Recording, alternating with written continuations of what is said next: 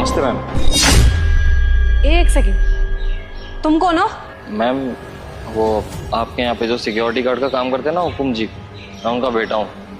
दरअसल 3-4 दिन से उनकी तबीयत बहुत ज़्यादा ख़राब है और वो कह रहे थे कि ऑफिस से छुट्टी मिल नहीं पा रही है, तो आज उनकी बदले मैं आया हूँ क्योंकि आज उनकी तबीयत कुछ ज़्यादा ही ख़राब थी। नो मैडम, बुड्ढा आज फिर छुट्टी करके बैठ गया।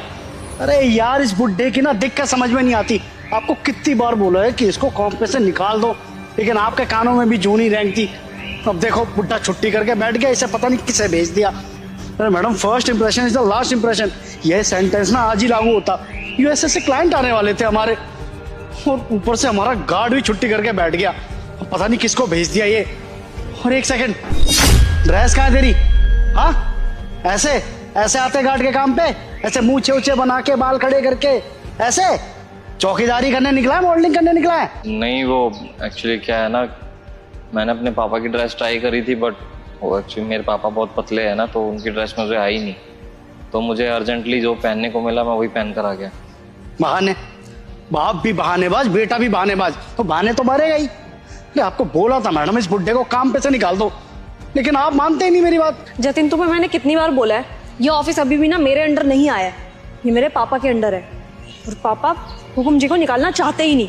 पता नहीं क्या जन्मों जन्मों की यारी दोस्ती निभाते रहते हैं। कितनी बार बोला मैंने पापा को कि इनको काम से निकाल दो, अब ये बुढ़े हो चुके हैं, इनके पास की नहीं है ये काम करना, लेकिन मेरी बात सुनते ही नहीं। पता नहीं क्या हुकुम जी ने पट्टी पड़ा रखी है मेरे पापा को, वो जैसा बोलते हैं ना वैसा ही करते हैं। और आज देख लो, हुकुम जी को पता था कि आज यूएसए से ना हमारे एक इंपॉर्टेंट क्लाइंट आने वाले हैं, फिर भी छुट्टी करके बैठ गए और अपने बेटे को यहाँ पे भेज दिया। इसका हुलिया देखो, कहीं से लग रहा है ये गार्ड। और तुम्हें भी जतिन मैंने बोला था ना कि पापा को बातों बातों में बोलो कि हुकुम जी को काम से निकाले, लेकिन तुम भी एक काम सही से नहीं करते। अरे मैडम, मुझे तो समझ में नहीं आ रहा कैसे संभालेगा ये गार्ड का काम, नॉलेज भी है इसको कि नहीं।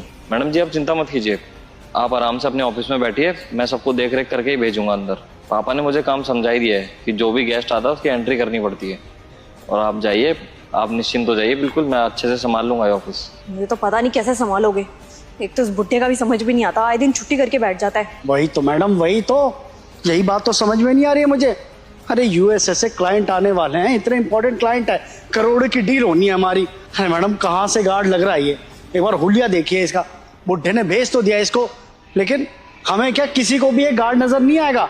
ऐसा लगेगा कोई लफंडर खड़ा है गेट के बाहर, और ऐसे इसको देखेंगे, वो भी बिना ड्रेस के, तो बताइए कंफ्यूज नहीं हो जाएंगे कि ये कंपनी है या कोई मजाक करने की जगह? देखो जतिन, इसका तो मुझे एक ही सॉल्यूशन दिख रहा है, जो इसका बाप काम करता था इसको भी उसी काम के लिए भेज देते, और जैसे ही क्लाइंट आए तुम उनको ग्रीट करना, उनको पता नहीं लगना चाहिए कि आज हमारी कंपनी का गार्ड यहाँ पे आया नहीं है, क्योंकि इसको देख के तो कहीं से लग नहीं रखी है हमारे ऑफिस